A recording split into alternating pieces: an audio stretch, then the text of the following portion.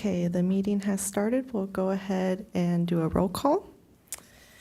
Brad Lefkowitz. Here. We have Linda Snyder absent.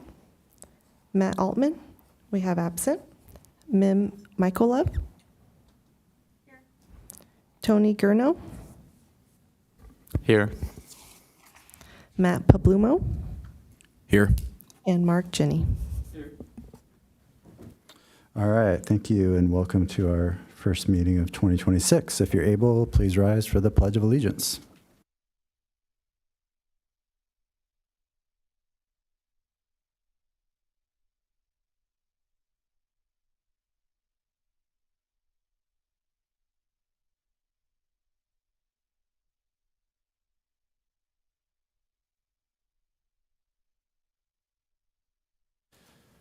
All right, thank you. So first up, oral communications. Do we have any white cards tonight, Melissa? We do not. All right. Would anyone like to propose any changes to the agenda? All right. Do we have any informational items? We do not. All right. So we'll get to the first action item, which is number 1, approval of the minutes for our last meeting, which was October 23rd, 2025. Has everyone had a chance to read them, and would someone like to motion for approval? I would move to approve them as they're written. I'll second. All right, so we can take a vote on that, please.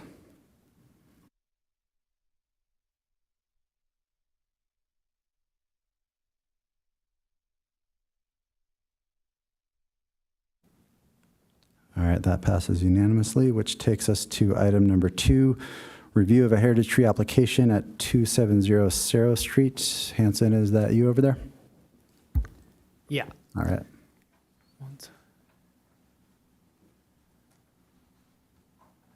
Rob pulls it up. Go down the agenda.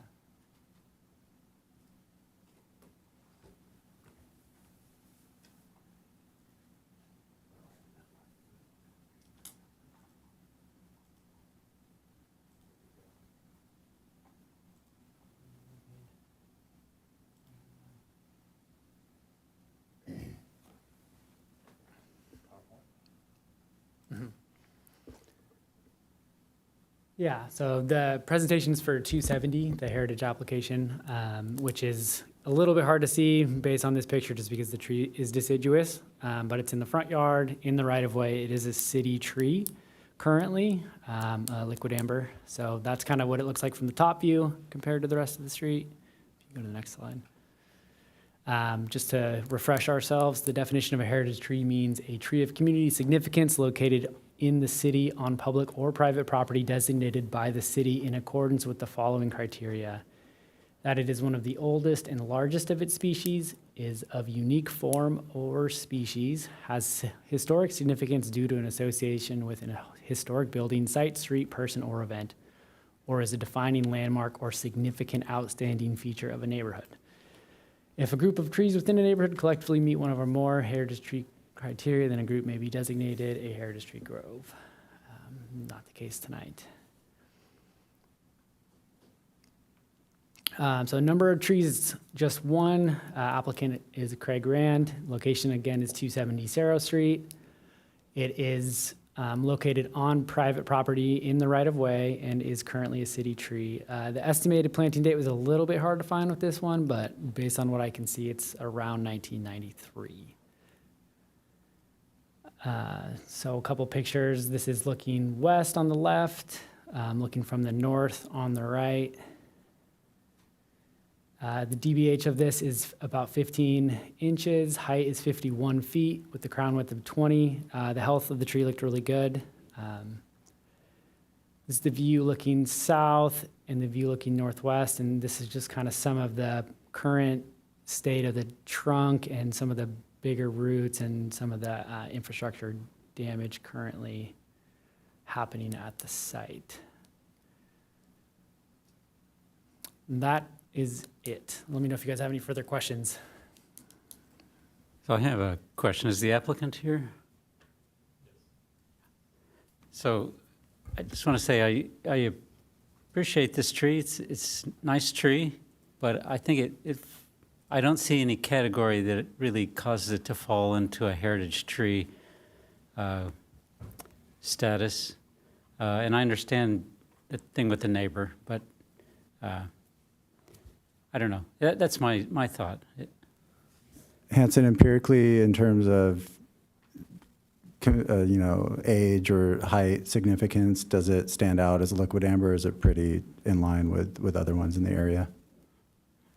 It's pretty similar size for, there's a bunch of them in the median, which was part of the application, is that it is a part of the street, like, kind of the whole vibe of the street is that same tree. So I think they were probably, as he said, stated, maybe planted around the same time.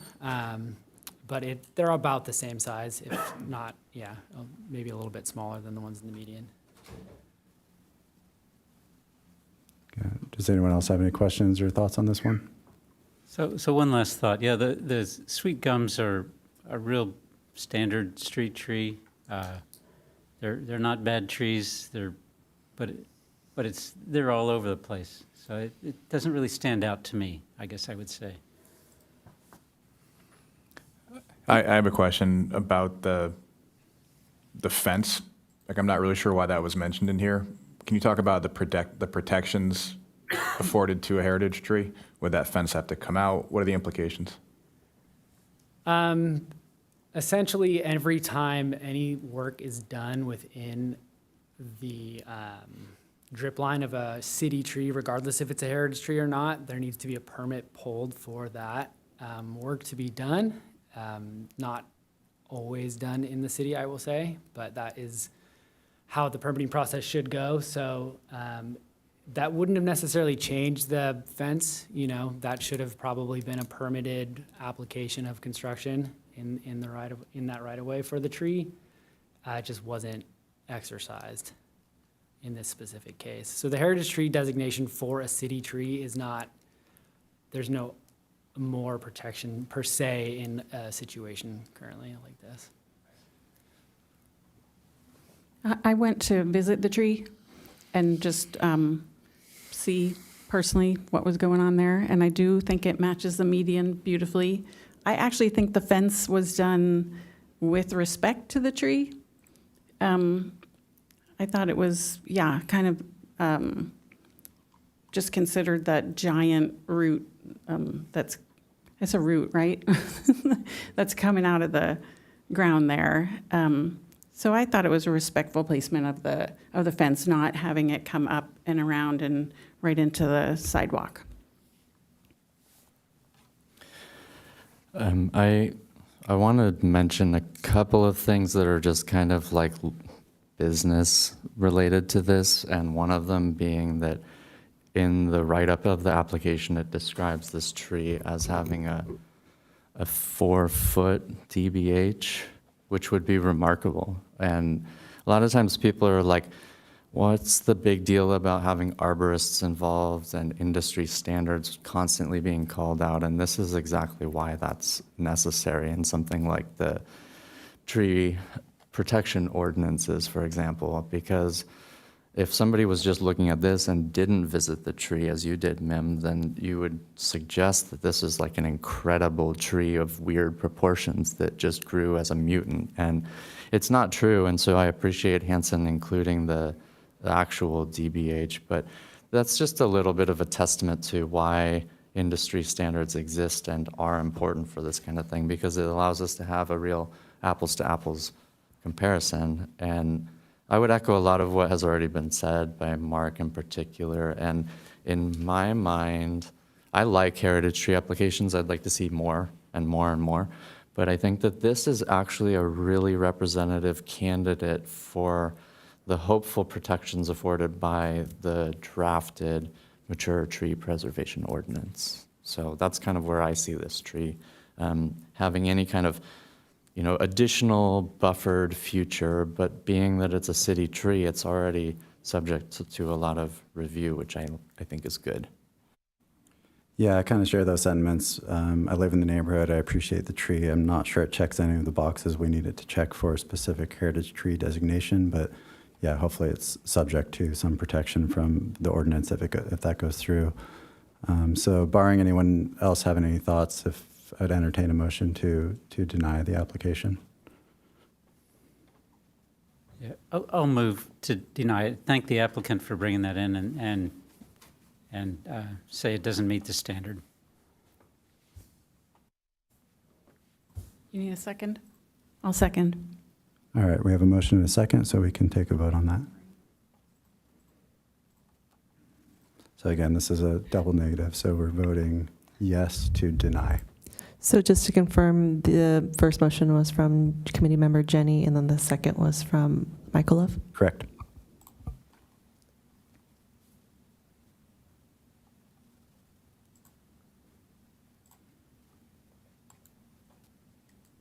Motion to approve the denial. Motion to approve the denial, that's correct.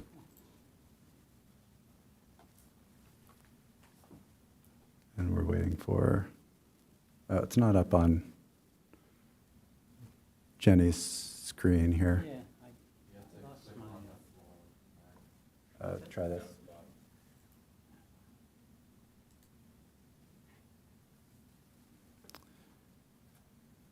Oh, a little technical difficulty. Do you want to take register your vote orally? Yeah, I'll approve the motion. All right. So does that work for you, Melissa? Yes, so just to confirm, all members voted yes to deny the application. That's correct. All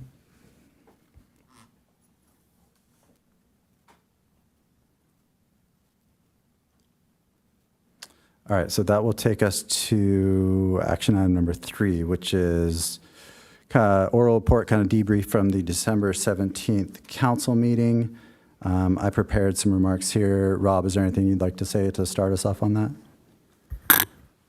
Yes, please. I'd like to remind all the committee members that during this agenda item, please only stick to factual information in regards to the December 17th council meeting.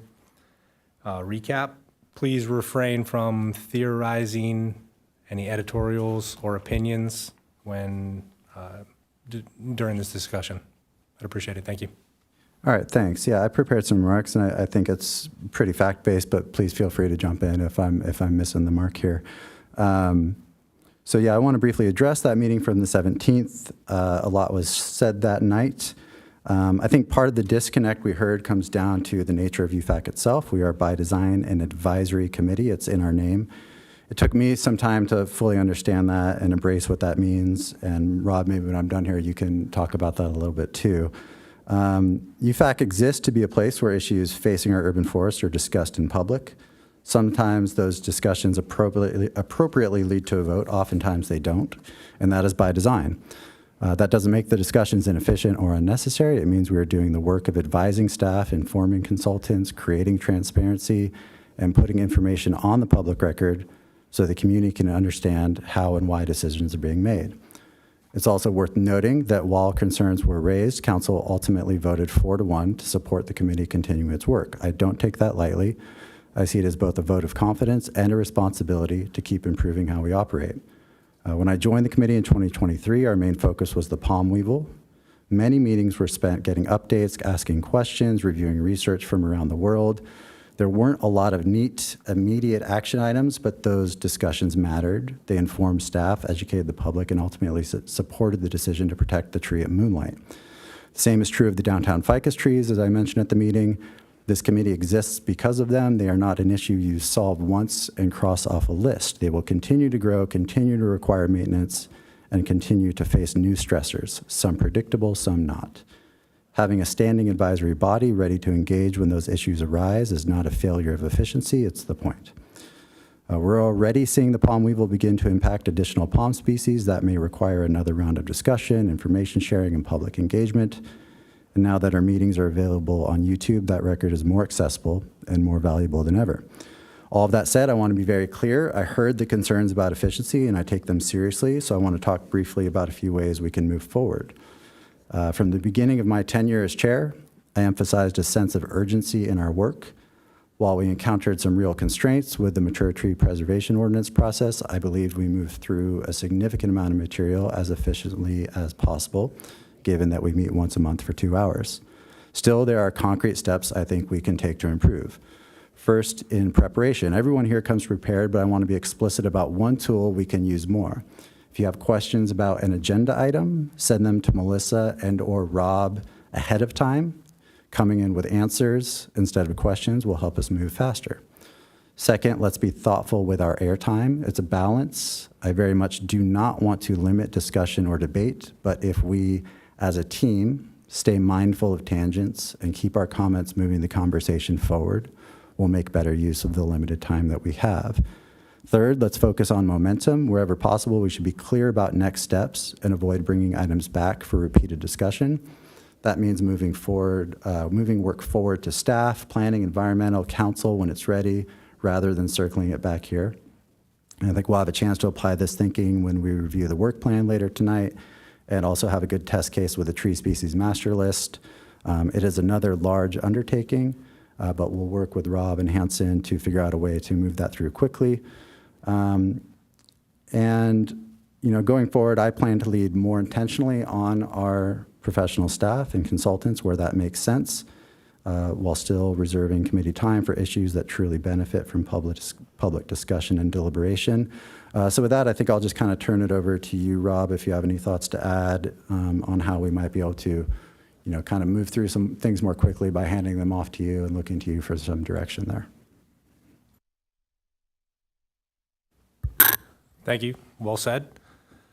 I think, going back to the origin of UFAC and kind of doing some research, it was developed to provide a tool for community engagement as an advisory board. It's a conduit between city staff and our consulting arborists. Like you said, for community engagement, and so people can have a voice in the decisions that we make. So I appreciate, UFAC's time and effort on a lot of these, work plan items, and we will continue to move forward and support each other in, in the maintenance of our urban forest that we all love and want to see flourish and be around for our children's children, So, I think moving forward, as we focus on the work plan items, we will definitely work together more closely as an advisory board and continue to provide those solutions to these problems that arise. Great, thank you. And then keeping in mind, we're keeping it to the facts. Is there anything anyone would like to add to that conversation? I think, I'd like to add an acknowledgement and appreciation for city staff and Brad and the whole committee, like all staff, for supporting the committee, but also, I think I'll just leave it at that, for supporting the committee and working collaboratively. And, I did want to say, for getting us through a really heavy lift of the mature tree ordinance, which is not a simple, it's a pretty complex project. So thank you, everybody. All right, thank you. Is there anything else?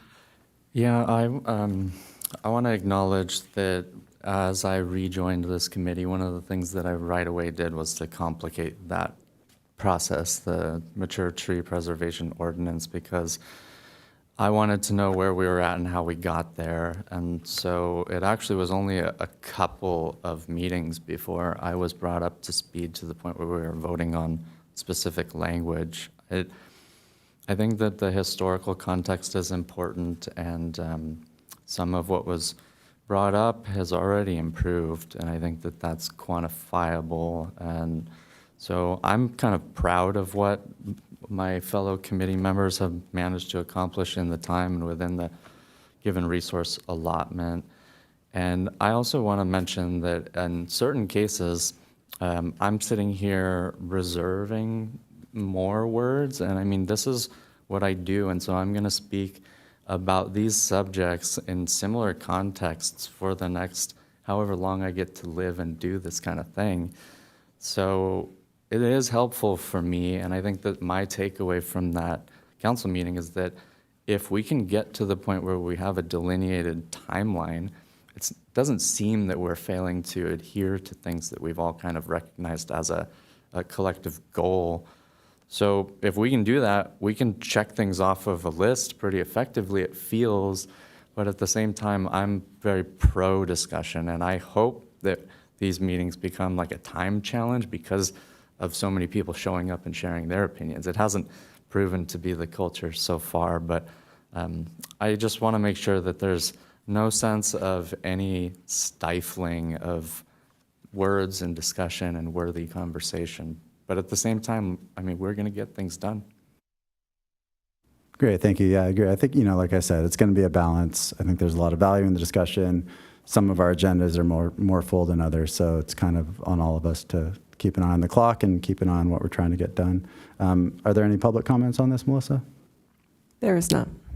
All right, well, absolutely, yeah.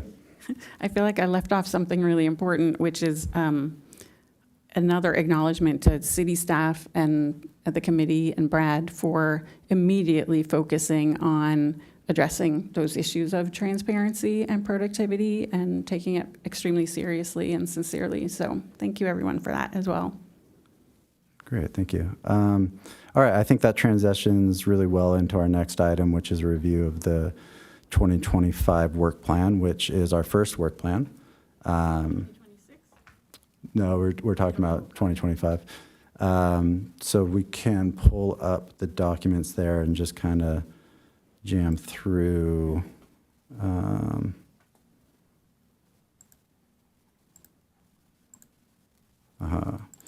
right, can we get scroll down to the probably second page there? Yeah, let's see. So number one here, the parking lot shading. So yeah, we finished that quite a while ago, and we've been waiting for that to move forward. Mayor Ehlers did specifically show some interest in that at the December 17th council meeting. So we had done that before we went through that whole mature tree preservation ordinance. And so it kind of dawned on me when we were thinking about it, when it was brought up again at the council meeting, that it really hasn't had any input beyond our committee. It hasn't had any staff input or other commissions. So I sent an email to city manager and the mayor, really reiterating what I think we had said somewhere along the way, that was kind of the start of a conversation. We certainly didn't, there were some issues we specifically avoided in that, like solar panels that we didn't think were within our purview. So I let them know that was our hope there, was to kind of start a conversation, look for input from staff, from planning commission and other people. So that's been passed on for quite a while. We can check that off, and hopefully we get a chance to kind of continue some work there, especially since the mayor showed some interest in that. Do you know what the next? Sorry, quick question on that item. Do you know where it is in the process or officially? I mean, has the planning commission? I have not heard of it moving on to anything else since we approved it. Melissa, do you have any updates on that? Yeah, so I think this was put on hold from what I remember because council wanted you guys to come up with like a work plan and like an update on that. So it was more of like, have you guys establish that first before moving on to these items? Great. So Rob, just to reiterate that, because I think we might have finished that before you were here.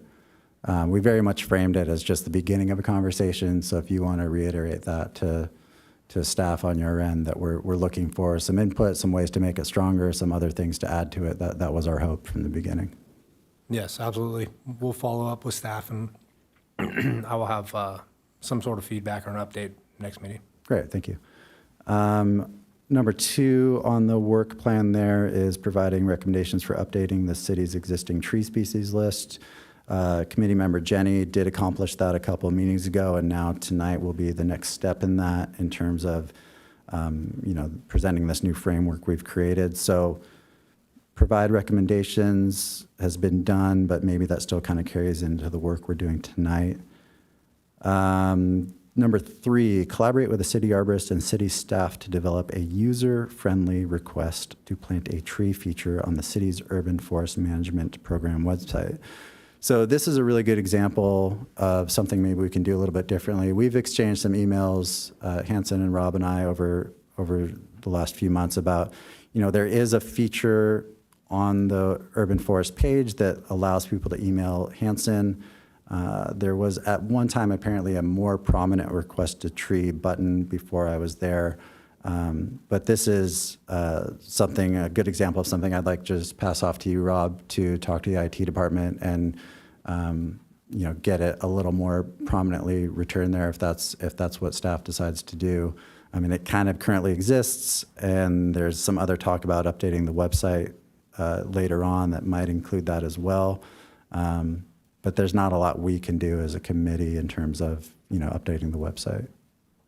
So there's more to it than just making the button more prominent, right? I mean, there's the whole back end of what happens when a person pushes the button and how easy is it for them to request the tree and select a species and things like that, right? That work is still left to be done, I think. Yeah, and that's kind of where the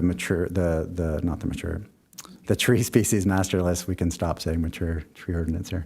The tree species master list plays into this as well, and website updates. So I think in the interim, a more clear button that goes directly to Hanson if that's something that you all deem is appropriate. I know there's already a function for that, but I'll kind of leave that in your court in terms of how you want to approach it in the short term and the long term. Yes, we're working with IT to refine those links, refine the whole urban forest page. There's been some disconnects as the city's website evolves, but yes, we're definitely working on that, and we will have an update next month. Great. So that kind of takes us into our next one, which is identifying necessary website updates. That was one of those things that was kind of, the mature tree preservation ordinance put everything on hold for most of last year. Would you like a subcommittee to send something to you before next month, or would you rather come back next month with what you've done and then maybe we decide from there if we need a subcommittee to provide additional ideas? What would you like to do going forward? We're open to suggestions, but there is limitations with what IT can do and what our website can do. So we're open to suggestions. You can always email myself, Melissa, or Hanson with any suggestions. But like I said, we'll take those to IT, and they kind of tell us what parameters we have to work with. So maybe we'll get through that, and then next month, if it's still not refined enough or to the group's liking, then maybe we can develop a subcommittee to work on that. How about this? How about you do what you can? Sounds like you've already started a process. Get through that. When you feel like you've reached a point where you're good with it, have Melissa, we can put it on the agenda for next month. Have everyone can review where it's at, and maybe we discuss some ideas that the committee has at next month's meeting. Sounds like a plan. Great. The next one, conduct research and provide community education on the value of properly maintained trees as a protective barrier during fire and wind events. This one, it's a real bummer we lost Brian Bishop because he had a lot to say on this. And this is something we've kind of referenced a lot throughout the last year. And certainly probably the next big thing on my radar after we move through the master tree species list. In terms of, I don't want to overcommit ourselves before next month because it's a to be determined where the master tree species list work will fall. But this is something I'd love to pick up. I know I've shared a couple things with you, Mark, Jenny, I believe, a couple of emails of some relevant information here. So I would say either if somebody wants to volunteer to prepare something before next month, I would certainly appreciate putting some other names in there. I probably don't want to commit to that. I could pick it up after next month. I don't know, does anyone have any desire to dive into this with some urgency, or should we get through some things next month and then look at it? I think it might be better to concentrate on this tree species list and then try to fold the advice on the fire stuff later.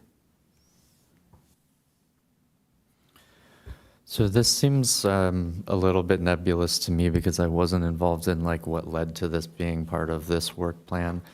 Would you basically be looking for something like a literature review, kind of a summary of what's out there in research? I mean, this seems like a subject that we need more research to happen on rather than that we need to like review that research. Yeah, I think the idea was to provide some, and we've talked about this throughout the mature tree preservation ordinance, where we kind of want to slow down the thought of, in high fire zones, you got to cut everything down, right? We're trying to provide an opposite, another point of view within that context.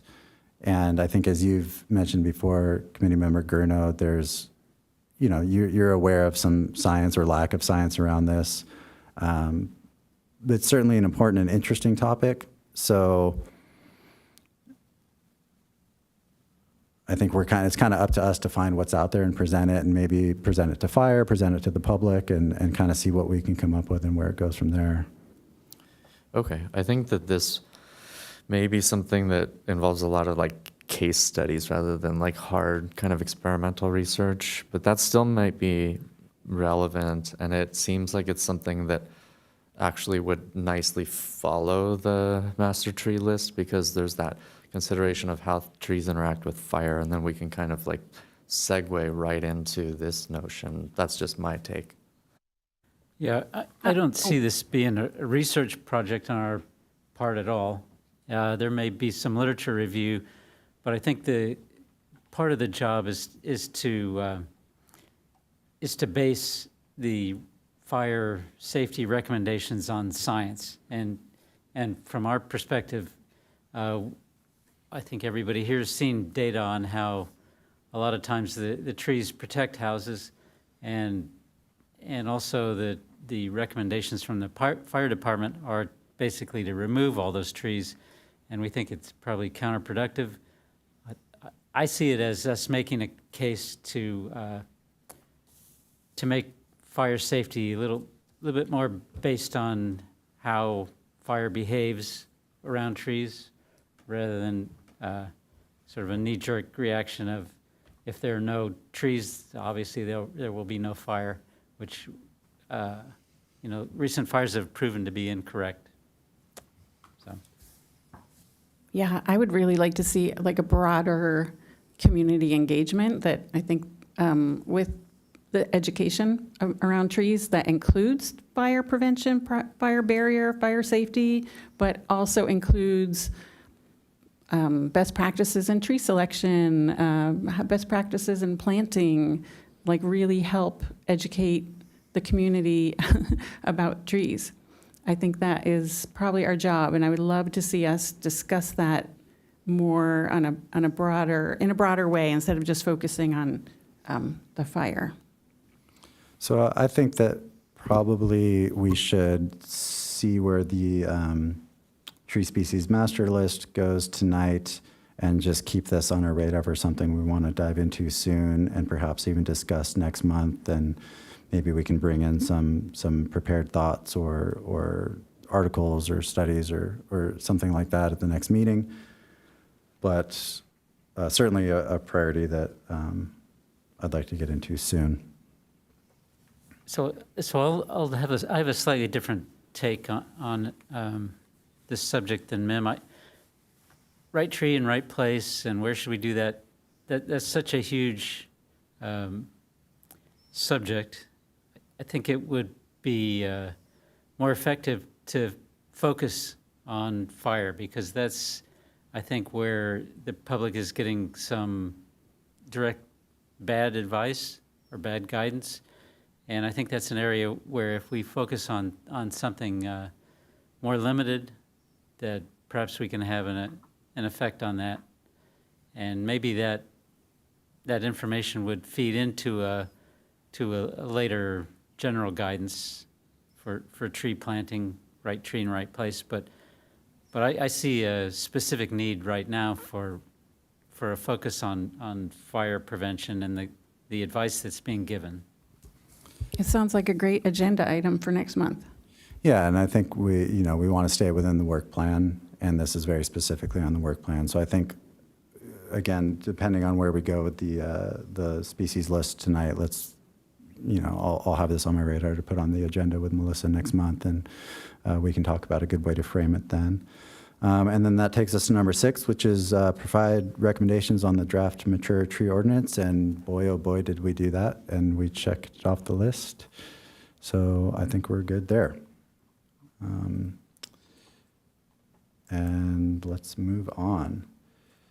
So, all right, so item number 5, receive an oral report on tree species list. Let me pull up some documents here.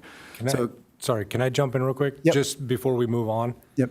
I would like to recommend or suggest that reviewing the work plan is kind of a standing item on our agenda. Okay. Moving forward. Great. I think it's just good to go back through and reiterate what the goals are, the council approved agenda items, and, that way it all, as we go through, we can cross it off the list and start refining it. Yeah, so maybe next time it comes up, we'll have some of these crossed off and just look at the ones that are remaining and make sure that we're staying focused on those. Right. Thank you. When is the 2026 work plan due? So from what I was informed was that typically there's no set timeline on when it's due, but it kind of goes by when council approved your guys' first work plan. So that was May of 2025. Okay. So I guess you kind of look at it that way. So I think that late approval reflected more dithering and a last minute request than the, an efficient way to operate, to be honest. If we're going to go by calendar year, 2025 is over, we want to have a 2026 plan, right? And I think most of the commissions have plans based on the calendar year, if I understand right. I think we probably should understand what's most helpful to the council. If they want to go on a half year schedule or a staggered year start, that's fine. But I think most of them are going on calendar year. So this is another one where I'd look to staff and say, we're in 2026. We've checked off a lot of those things on the work plan. So why don't you let us know if we need to start preparing discussions on the next work plan, perhaps at the next meeting or in March. Just give us a heads up on when we should start working on that. Yeah, we'll definitely get some guidance on how to proceed with the work plan, because, I agree with Mark, so Great. We'll definitely bring back some guidance. Great. All right, just let us know how that goes. All right, so action item number 5, receive a report on the tree species list. So committee member Gurno and I have worked on this a bit.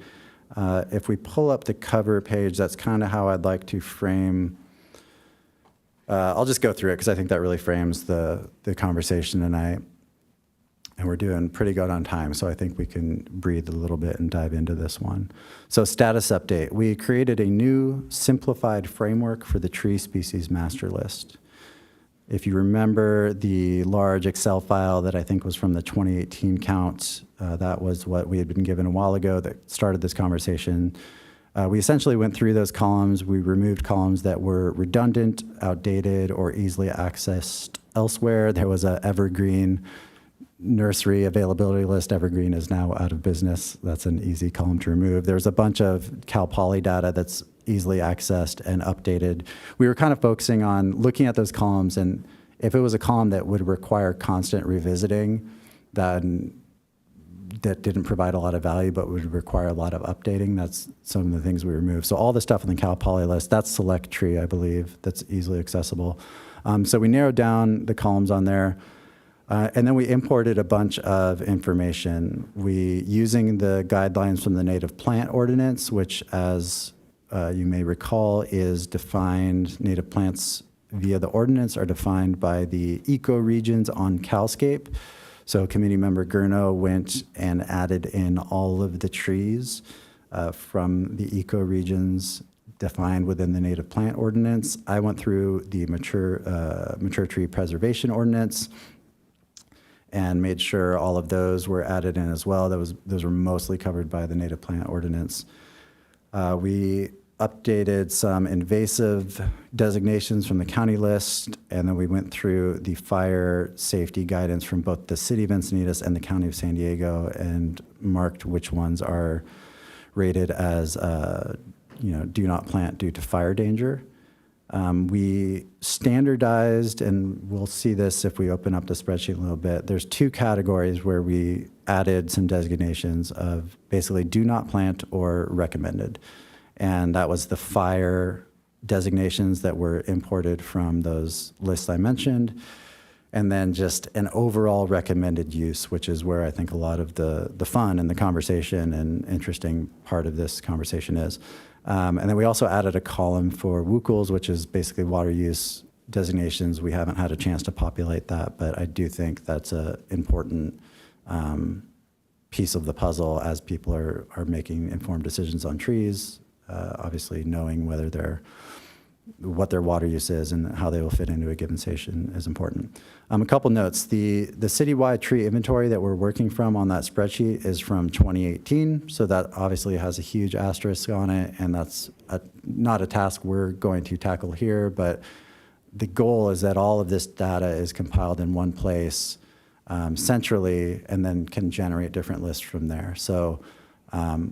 Ideally, we are moving towards a world where our tree inventory is accurate, and that's not within our work here, but something we want to create a framework for. And a comprehensive update will ideally be completed by the city arborist or another qualified professional as part of a broader inventory cataloging and management effort. Some items I highlighted for discussion here at the committee is so let me just run through this and maybe we can dive into some of these things.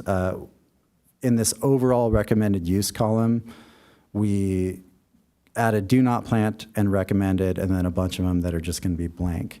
I kind of want to talk about whether or not we want to introduce a third category, something like caution or difficult, like this tree is not a problem, it's not invasive, but it's kind of hard to grow. And, or maybe it's one of those ones where it's not going to do great by the coast.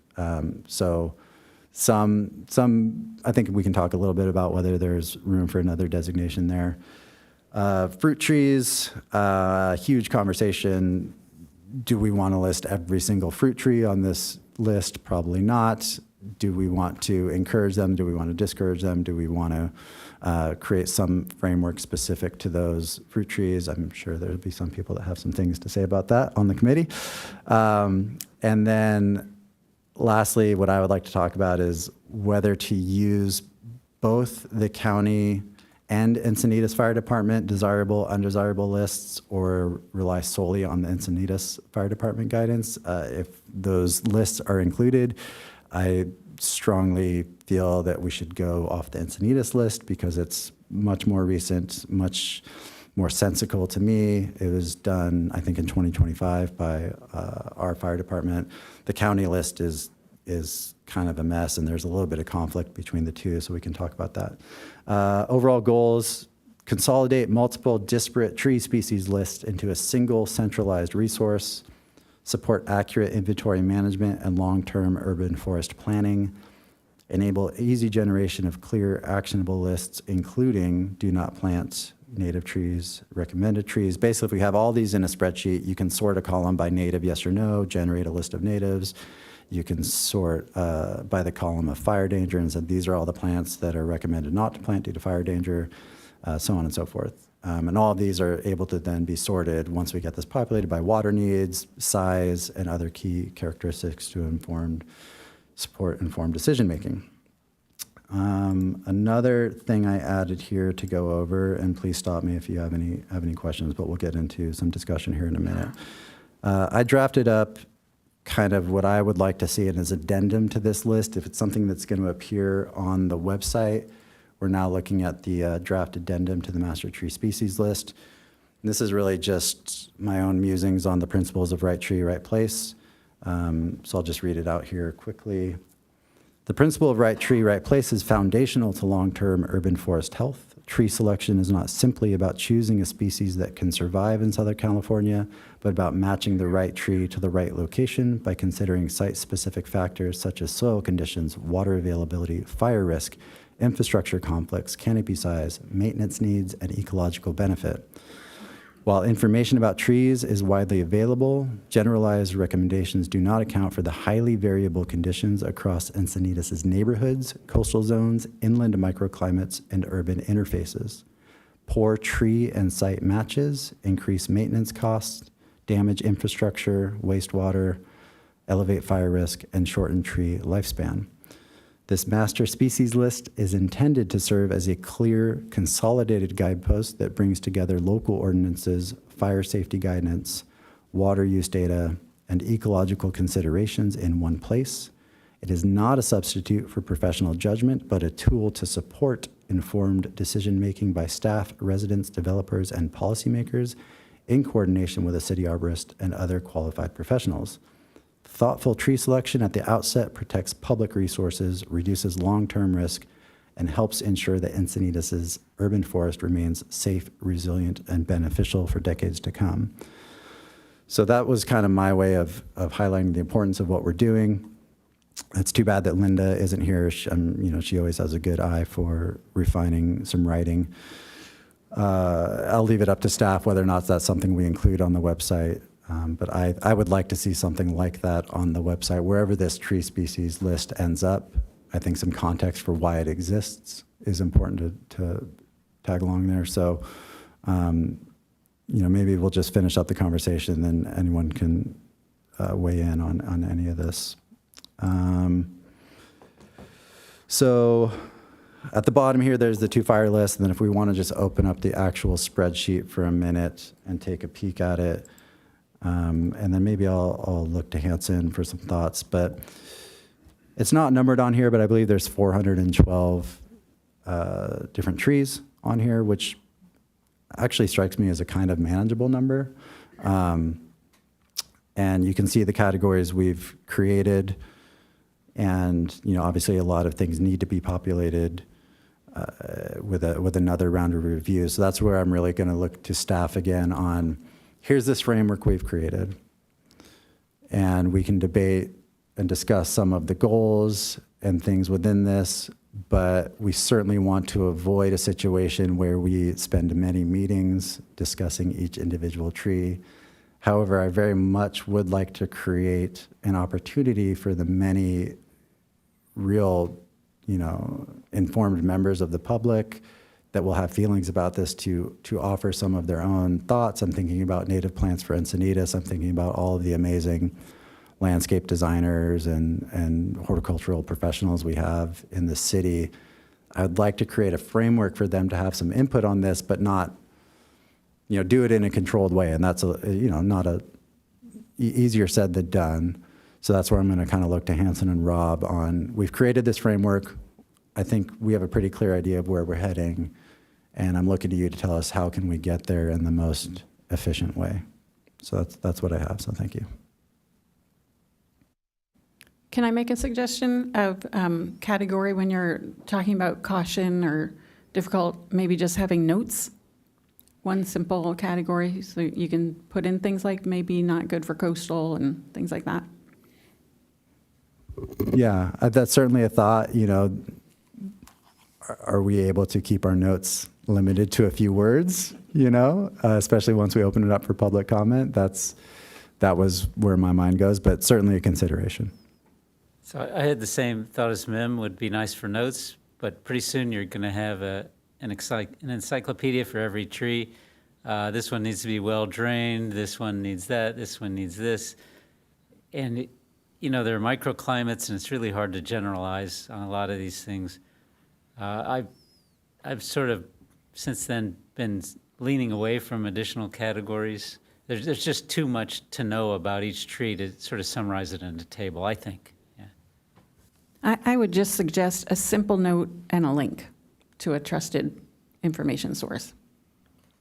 Yeah, Select Tree is a pretty good source. That's where my mind goes. Hanson, I'd love to, I know you have some experience with this.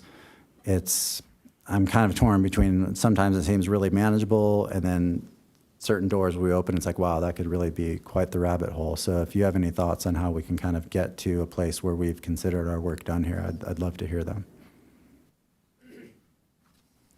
Yeah, I think we'll have to kind of take this and digest it, and maybe we can give you guys something back at the next meeting of kind of how we see this fitting into its use within the city, and how it helps the general public. Because I think that that's the biggest thing. It's like, even if it's not for a city tree, you guys talk about like other plantings, and it's just a good basic information of like, even if someone wants to plant it in their front yard. So I think it has a lot of uses, and I think we need to digest the information and see, like you said, don't make it so big that it's just convoluted and a little bit overwhelming.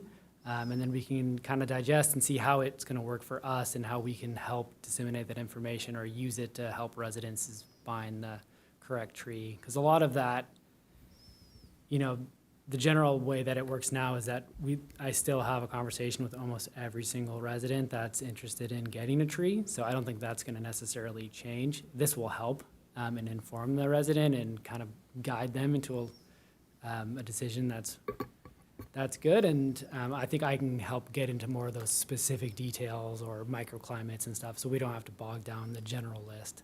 But yeah, I think we'll take a look at this, and then maybe at the next meeting we can have some discussion back and forth about what would be more helpful or less helpful, or kind of how we see it being used more broadly. So I think so that- I would. Oh, sorry. Go ahead. Well, playing off of what Hanson just said, that I think that it might be worth us kind of like mentioning concisely here that this started as a street tree selection guide, but the process that we're embarked on is to make it more than that. And so I want to make sure that there's not a mistake in clawing back some of that inherent complexity, because we're envisioning this list being relevant for not just the original notion of the urban forest being the street trees that Public Works managed, but also parks like Brian's teams, but also people's forward-looking, potentially permit-requiring landscapes that would involve native plants. So there's a lot in this that involves bigger concepts and pretty forward-looking ones relative to just the notion of like our urban forest as the city arborist has traditionally managed it. So I would like to caution the committee not to wait until we have the perfect list, until we do something, because the city websites have a lot of misinformation and old information in there. At some point, there's a balance, but at some point, I would really like to get the old bad information out of there and not spend too much time polishing this before that. I think, we can work on this indefinitely, forever, improving it, and I don't think that, at some point there's diminishing returns as far as getting the good information out to the public to replace what's there now. I also want to just say I really appreciate the water usage category. Great addition. So I think before we get to maybe the next step, and we can all be pondering that as we discuss some of this, just to go through the three things I kind of highlighted here. And that you can see that column all the way to the right. That's kind of the ultimate do not plant or R for recommended category. I've kind of posited this idea of should there be and many of them will not have either. And that's just, this is a tree that exists. It's not invasive. It's not a fire risk, but it's not necessarily something we're trying to rise to the top of the list as a recommended plant, but here's some information on it or an inventory of it because it does exist in the city. Do we need a third designation there or not? I'm actually kind of leaning towards maybe not. because it really quickly becomes pretty arbitrary. If anyone has any thoughts on that, I'd be happy to hear them. I would rather stay away from horticultural stuff as much as possible because I don't want there to be a presumption that this is an intrinsic recipe for success of any of these tree taxa in our city. And there's all of those things that have to be determined for every single tree, even within a given project. And so there's no way that we could produce something that would allow people to just be like, oh, here's the perfect tree for this exact context, and if it doesn't work, then it's our fault. This can't be how that exists. Right. So I'm going to say maybe we can just leave that conversation alone. We have do not plant, we have recommended, and we have blank. For fruit trees, I think, Tony, Committee Member Gurno, correct me if I'm wrong here, we kind of left it as, we have I think under F, we have fruit trees. And I think it's we're obviously not going to list every variety of fruit tree in here. We do not, my personal opinion is we definitely do not want to discourage their planting and not necessarily put an R there either, although I would certainly hear thoughts otherwise. And that maybe just, I don't know how we move forward with that. Mim, I'm sure you would have something you'd like to say here. I do. I just think that we should research it and see what other municipalities or counties have done and see what makes sense. But it probably will end up being a separate list or just a simple language. That tends to be the way that things are different in what we're doing. The ordinance language specifically describes this list as intending to be relevant to all tree plantings in the city. And so from a street tree selection perspective, the most functional kind of initial thought that we both had is they don't belong here if this was about street trees.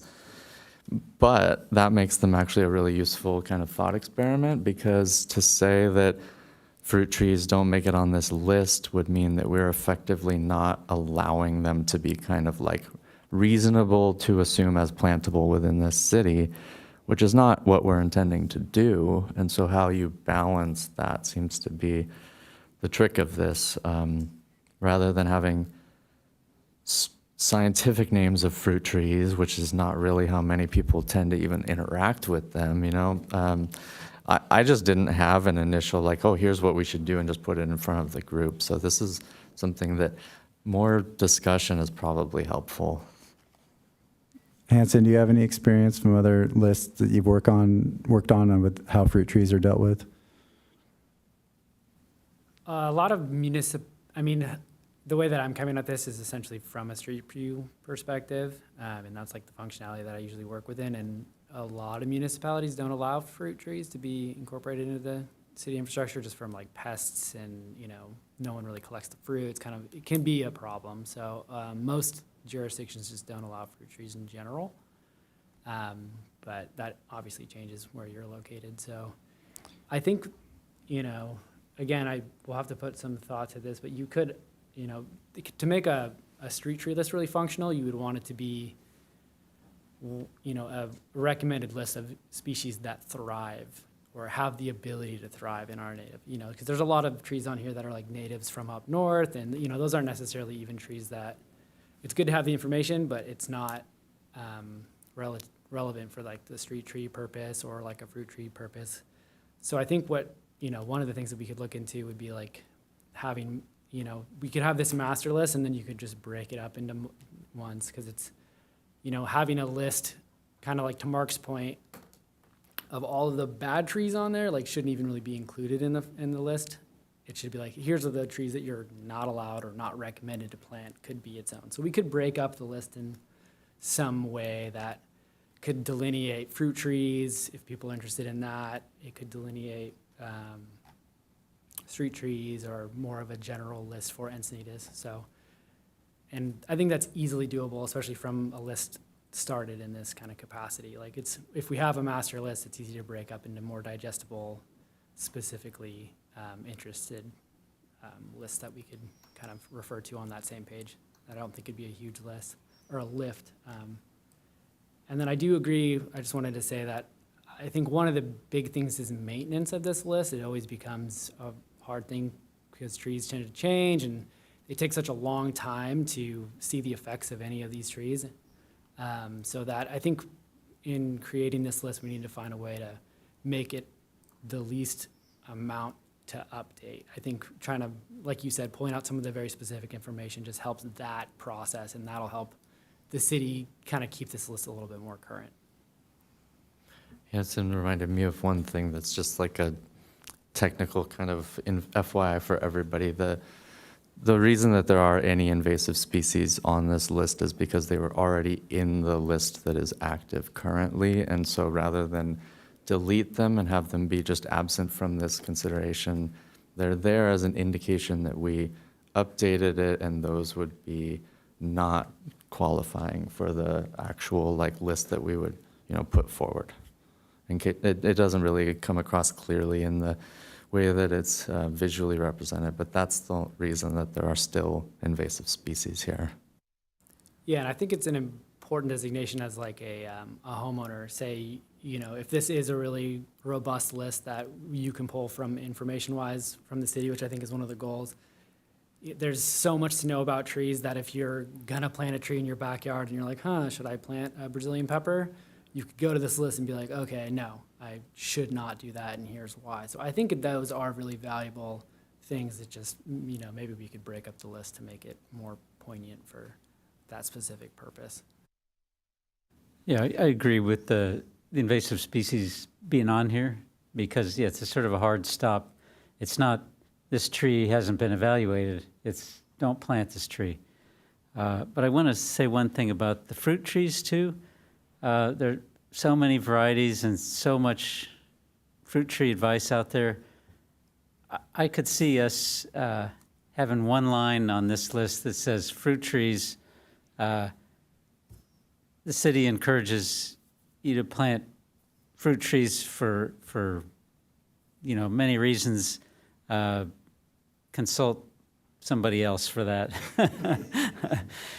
Well, I think we had a thought of maybe having them on there, but having something where if they're requesting it as a street tree, there's a bit of like, sure, but now you got to take care of it. You got to harvest the fruit. You got to do your dormant spray for your peach trees. You got to, they take a little bit of extra care. And certainly I don't want to discourage anyone. If someone really wants one and they want to take care of it, that's great. But they need to, I don't know how we would hold them accountable, but they at least need to say that they will, So can we define a street tree? Because it does sound to me like having fruit trees lining a street would be dangerous. I know that you probably don't believe that I'm saying that, but in a I do not believe that you're saying that. But in a park, they would be fantastic. So why is this called a street tree list? It's no longer a street tree list. It's a master. That's what I thought. Yeah. I just And wanted that the- clarified. Yeah. The notion of the sort of overview of this committee has evolved over the years, and like park staff didn't used to come to meetings ever, for example. And this committee, when I was originally on it, didn't discuss any tree planting plans or things that were part of their jurisdiction, so to speak. And so originally this was a street tree concept, and it was originally put forward in front of me 2018 as that. So talking about diversifying the trees that are in the city's public right-of-way managed by Public Works. So I've been a bit maybe more insistent on this than there's been pressure to be, but I read the ordinance that led to the creation of this committee, and it specifically reads as other than only those trees. And it really does read broadly in a way that suggests park trees and probably a vision of the future where if you're looking at getting a permit for your landscapes, that has to be 50% native trees as it's written in the draft currently, That other 50% presumably may at some stage require either being drawn from this list or having a qualification as to why it's not. And so having a broad base here, I think, is important, but there really is a true risk of like so much information that it's useless. And getting into things like MUSA, SPP versus just like deal with your fruit trees, I kind of feel like those are on two sides of that line personally. So I think we don't need to be calling out individual fruit trees in this list is my personal feeling. So I have kind of I had a moment of clarity. Let's see if I can recall it here. Again, the end result here to me is pretty clear. I think a do not plant list is really important and pretty easy. There's going to be invasives. There's going to be fire, designated by our fire department or the county fire department. That's an important list, right? Please don't plant these. And to be clear, a private homeowner in their backyard could still plant those. This does not prevent them from doing that, but this information, if made public, would hopefully make people aware of, these are trees that you really want to avoid. So again, in terms of the output here, we're going to have a recommended list, a do not plant list, and then just this master list that has a bunch of information for people that want it. For the fruit trees in particular, I think my thought is we have them on there.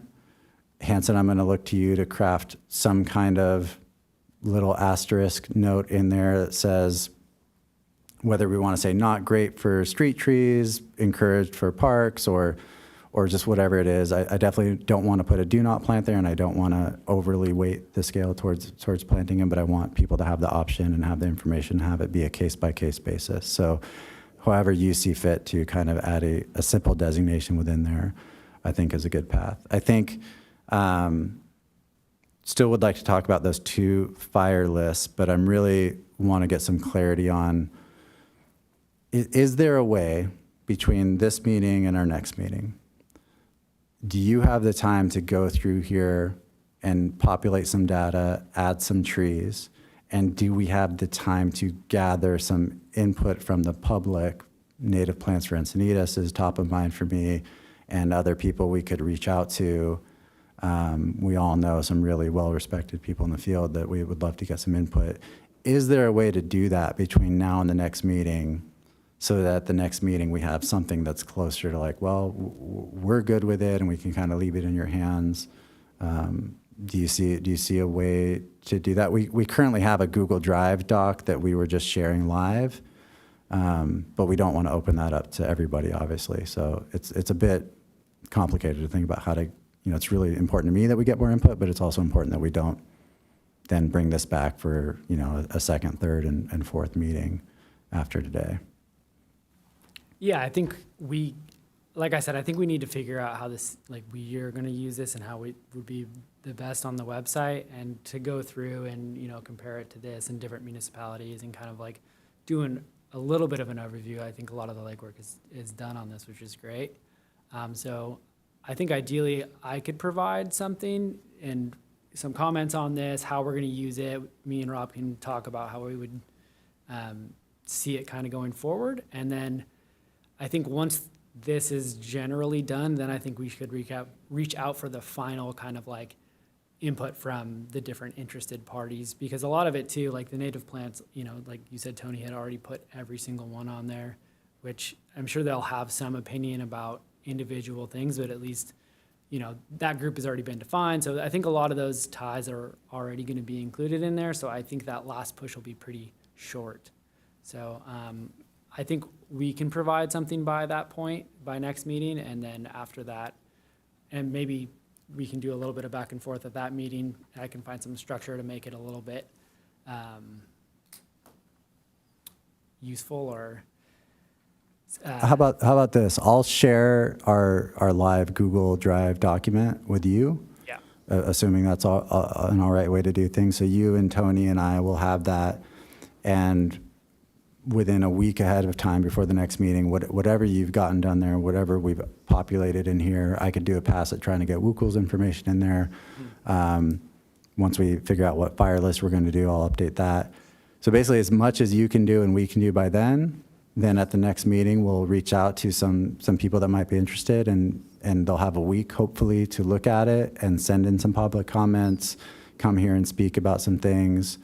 And then at that meeting, then we'll say, well, we've given you the information that we can, and then it's in your hand to kind of finalize it in the way that you see fit. Does that make sense? Yeah, I think that'll work. Yeah, so we can set a deadline to talk Great. 1 week prior to the next meeting. Hanson, I want to encourage you to be like pretty liberal with your editing philosophy on this too, like whether it's adding or removing, because I know there's a lot of names on this list, but this is something that we're, working to try to create like a framework to hand to somebody like the combination of you guys in your professional roles, rather than trying to impose something. So, Yeah. If you see stuff where it's like, that's got to be different, like, please provide us those notes critically. I'm all for it. Okay, great, thanks. I just wanted to clarify dangerous fruit trees. So I just meant we should have some sort of standards, because we don't want to put fruit trees in a median, right? Like, we don't want to be enticing people to cross a street where it might be dangerous because they want an orange that looks amazing. So that's really all I meant. Yeah, but I think that we're all on the same page. If we set fruit trees aside as almost a separate thing, and have some general rules for fruit trees or some general thoughts, that would cover it. Right? Thank you for clarifying your thoughts on dangerous fruit trees. So I think the last thing for me is these two lists. I really don't like the county list. Committee member Gurno, I don't know if you have any thoughts on it, but it's kind of a mess to me. I'm in general a little, I'll just say I think the Encinitas Fire Department list makes a lot of sense to me to go with, because it's cleaner, it's more recent, and it's our city's list. So, once I went through that, it was kind of making sense. I went through and started adding the county list, and it got pretty complicated pretty fast. So I'd be happy to take another pass through and just use the Encinitas Fire Department list. If anyone has looked at those or has any thoughts to share on those, I'd love to hear them. One of the things that brought me to throw that county list into the mix at all is because they specifically have a recommended trees for within defensible space, which is a nice thing to be able to infuse into this as a positive, because just like we were discussing with the work plan, there's this kind of automatic like fire trees bad line of reasoning that we'd like to break a bit. So that's my only kind of pro county list comment. But to be frank, and I don't mind saying this is a little bit of perhaps a controversial statement, but those lists are not fully informed. Somebody had a deadline, and then it doesn't act as a living document, which is what I would hope any of these to be, whether this or those lists. And so some of those have plant names that are like 3 plant names back. It's been, 25 years since anybody put that name on that plant, but it's on there. And so I think it speaks to the need of that kind of weird work plan item for real, because if we could somehow get more than just us to be talking about these fire lists, like if we could actually have people from the fire side as part of this conversation looking at these same lists and being like, is this good? Does this work? I think they don't, to be frank, but this is what we have. So just to point out, on the Encinitas list, there is desirable plants, and there are a few trees in here. Areobotrya, Heteromles, Vajoa, Leptospermum, Quercus demosa, which will provide some interesting conversation at a later date.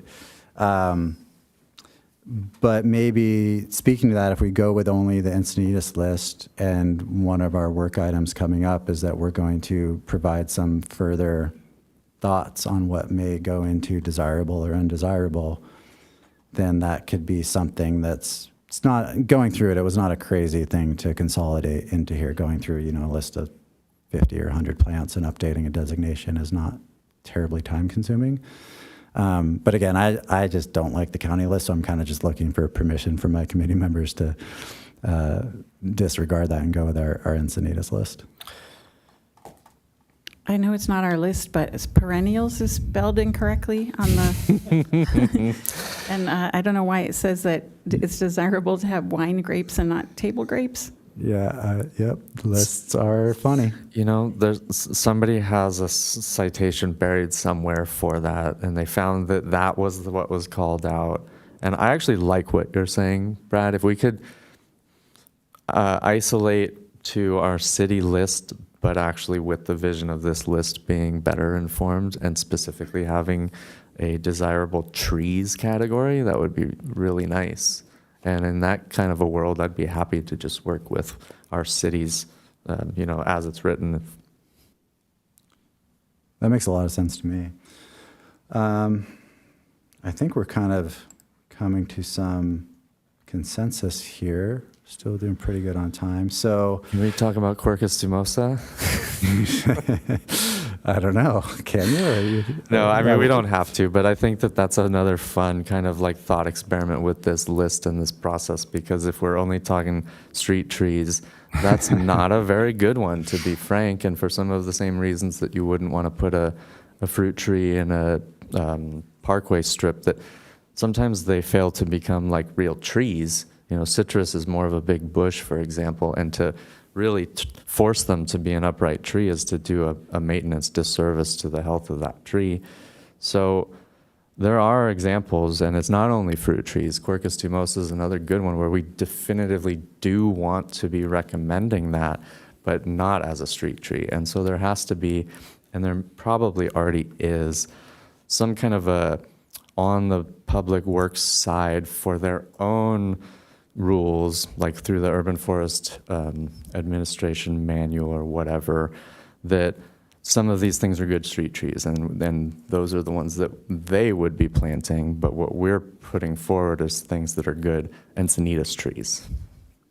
Yeah, so that's one of those things where now I'm thinking, okay, do we add a street tree column? And it quickly, Hanson, if you can just flag that as something for yourself to put some thought into, do we designate between street tree and not tree? You know, we went out of our way to declare Quercus tumosa to cover it in the mature tree ordinance, but so what I'm hearing is I'm going to share the Google Drive doc with Hanson. We'll get as many updates as we can in there before the next meeting.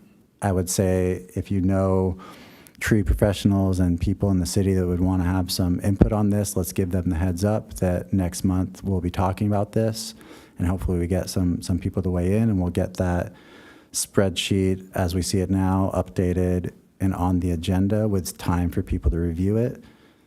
I will update the fire list back down to just our Encinitas list, and Hanson will come up with some language for fruit trees and put some thought into kind of the larger context of this. And then hopefully next month we'll have something for the public to have some input on, and then leave it in Hanson's hands from there. Does that sound accurate to everybody? Cool. Let's, I don't think we need to vote on anything. I think we can move on to action item number 6 unless somebody has some last thoughts. All right. And number 6 is discussion of the UFAC promotion of the My Encinitas app. And I believe, Rob, you have something to share here.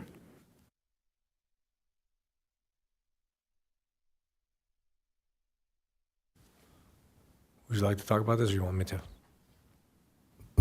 Doesn't matter either or. Okay. So this stemmed from a conversation that we had a couple meetings ago about the public being able to report safety concerns, tree issues to the city. What is the question was posed, what is the best way to pass this information to the city, so then the city Public Works, Parks and Rec can then take care of these. So it is, we do have an app called My Encinitas, and we discussed that, and there was some, maybe a little pushback. Well, we don't know how to use that. We've never seen it before. And so we thought this would be a good opportunity to promote the use of the app, show how easy it is, and how quickly you can submit a request to the city. And so we just prepared a quick little video. So we'll go ahead and play this.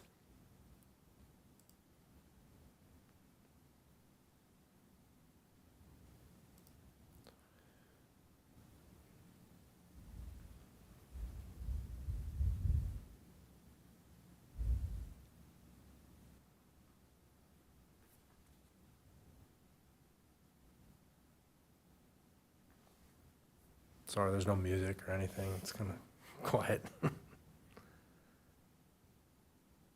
Let me know if you want me to pause at any point as well.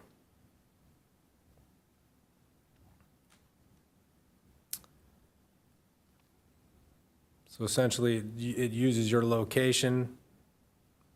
Then you can add notes. This is where you can specify what the actual problem is, because we don't have drop downs for specific categories. But this in the notes section is where you can. It's a public safety issue. The tree is leaning. Tree is blocking a no parking sign. This is where you can specify what the actual issue is.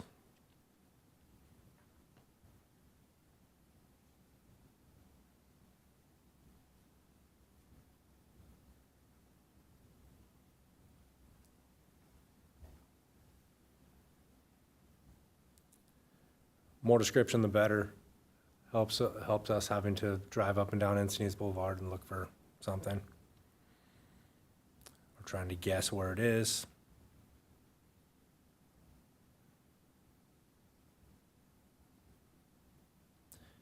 Gives you the option to choose a picture. You can take a picture of the issue, of the actual concern, and submit it along with the request.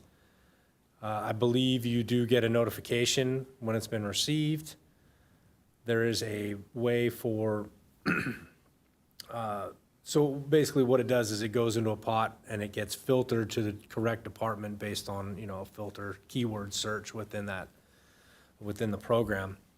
So if it's, there's a tree in a park, it'll immediately get filtered to Parks and Rec. If it's a street tree, it goes to Public Works, things like that.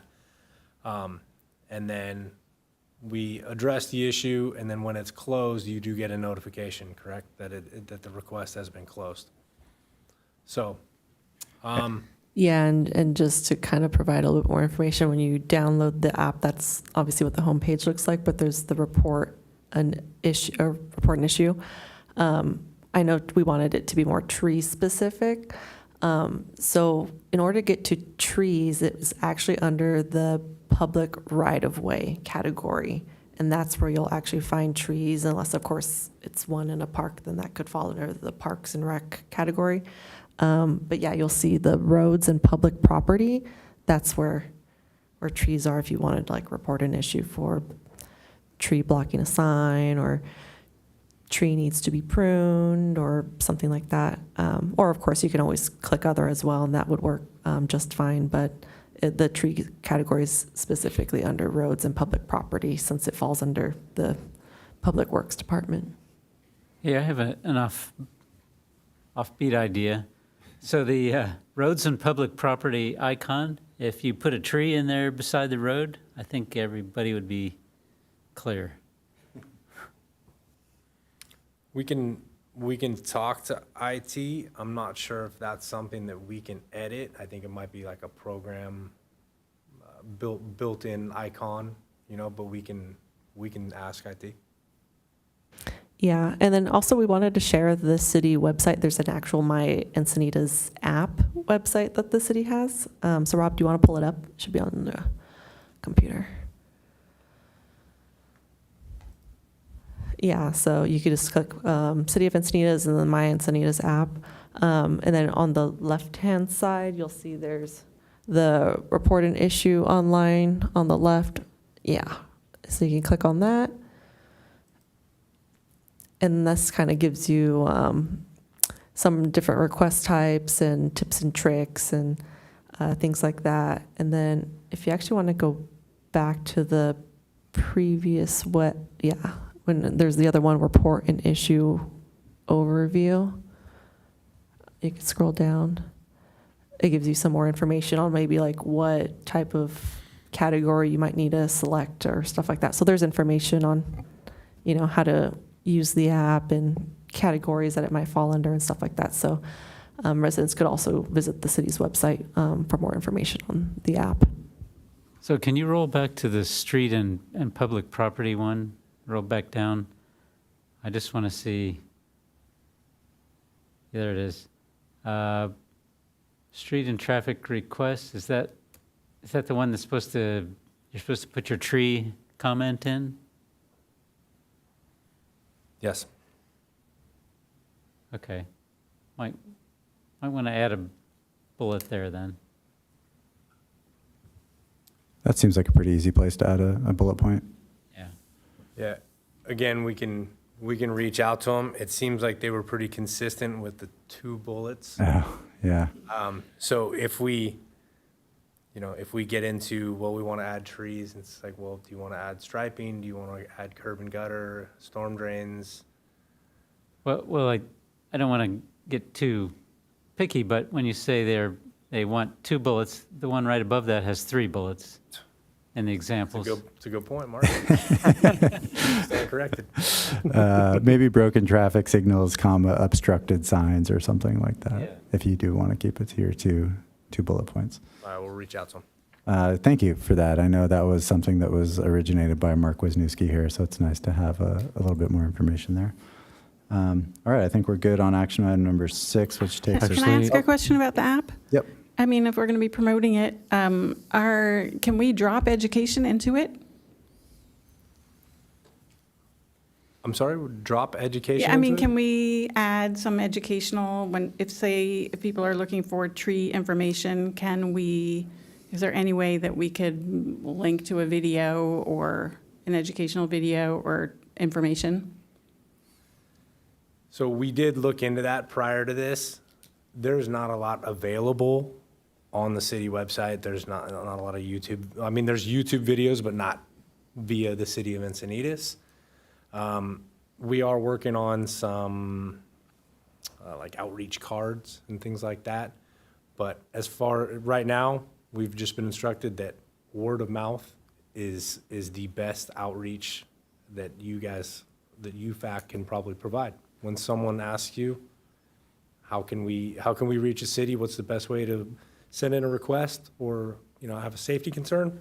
And just pointing them in that direction. Education, it goes a long way. Just word of mouth at this point. I think maybe when we get through some website updates and this tree species list, when we have some new deliverables that might fit well into that might be a good time to raise it again to try to insert some of that new information into the app if there's an avenue for that. Thanks.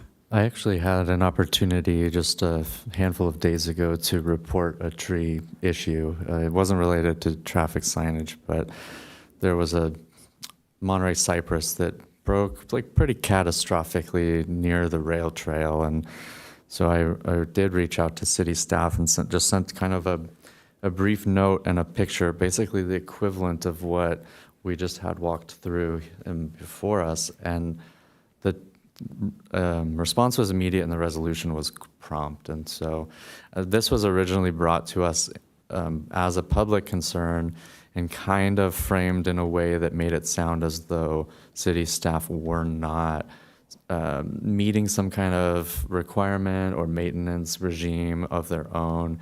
And I'm just kind of providing this as my own experience has been that if there is any challenge to this whole process, it's the in between the viewer and the city staff having that information rather than there being failure on the part of city staff who possess important information. So that's been my experience on this subject, and kudos to city staff based on what I've seen. This might be a segue into the next item, I don't know, but I was going to suggest for future UFAC agenda item, a workshop series. We talked about fire and right tree, right place, all of that, but at each workshop, we could be promoting this app. Yeah, for sure. I think if we're good on number 6 there and to talk about number 7. The things I remember from this meeting is for sure we're going to have the master tree species list to come back. It sounds like we're probably going to be ready to have at least a first conversation about our next work plan, if that makes sense based on the conversations you have, Rob.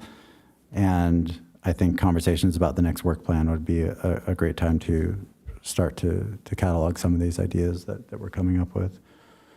Is there anything else that I'm forgetting that we talked about for next month? Yes, we were gonna get an update from Rob on the website as Yep. well. And we're gonna get an update on the parking lot shade Right. status. Great. Melissa, does that all work for you? Yes, so the work plan, master tree species list, website updates, and parking lot shading requirements. Yep.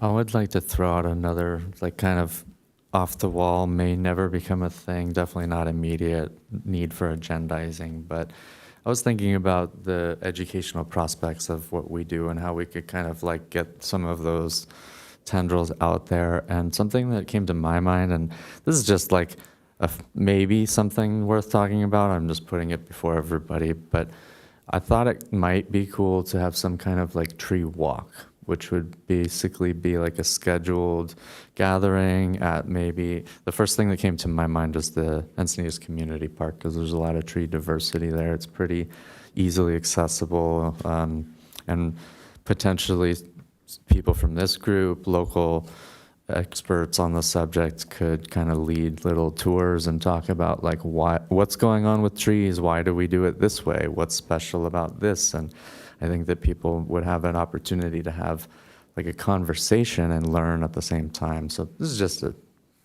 wow. I love that idea. I think it's, other cities have these. They'll have a famous park that they give tours through, and we have locations where we can walk through and really engage the public. So I think that, thanks for bringing that up, Tony. Yeah. Tony, do you know anyone that might be good at leading one of those tours? Well, I don't want to go too far backwards, but one of the things that I thought was a funny sentiment to take away from that city council meeting was to do more and think bigger. And so this is me trying to follow a process, because otherwise I would have just scheduled this thing myself. Yeah. I think when we discuss the next work plan, that's a great time to bring these ideas up. And so hopefully we'll have a framework for that conversation soon where we can all bring our ideas to the table. Yeah, I'm really excited to, my takeaway was the community engagement piece. Like I haven't had an opportunity to do much of that. And I think that's how you get people to make better choices. And obviously education is, knowledge is key. So that's why I wanted to throw out the workshop ideas. It was never just a one-off. That's what I meant by the broader picture. I think the tree walk is amazing. I think we could do something, I know it's a little short notice, but at Arbor Day, there could be some sort of educational component there. I think there are a lot of opportunities for outreach and engagement. Great. Yeah, again, let's filter all that into the work plan conversation when it comes up. All right, if nobody else has anything, we will adjourn the meeting at 7:04 p.m.